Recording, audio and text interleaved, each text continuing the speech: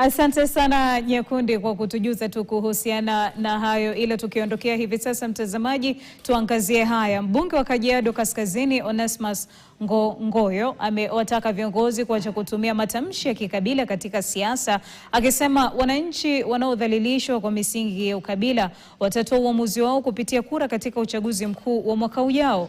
Ngoyo aliyezungumza haya alipozindua mradi wa ukarabati wa barabara ya laini 7 uliopo katika eneo Matasia, akisema mradi huo utaboresha usafiri na kurahisisha utoaji wa huduma za dharura kwa wakazi wa eneo hilo. Wakazi wa Matasia wamekaribisha ukarabati huo, wakisema hali mbaya ya barabara ilikuwa imeathiri usafiri wa kuchelewesha utoaji wa huduma za dharura.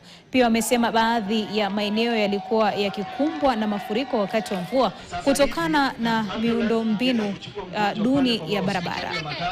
Ama ikipeleka itakuwa inaenda mahali nywe. Ukienda kutafuta huduma kwa ofisi ya chief unapita mahali hakuna matope.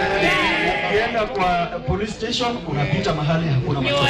Barabara imekuwa inasumbua watu sana, especially watu wa line 7. Wakati ule mvua imenyesha, hao watu walikuwa wanalala juu ya viti.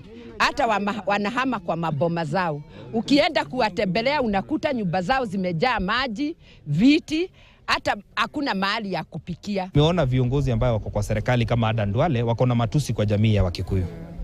Ya kwanza ni kuwaambia uko kwa kiti kwa sababu Wakikuyu walipigia William Ruto kura. Kwa nini unatusi Wakikuyu? Ya pili, ukiita watu ofisi, si hiyo ofisi itakukula wewe mwenyewe? Na ni vizuri tunajua sio maneno ya Adan Duale. Huyo ni rais ndiye anatumana kutusi Wakikuyu.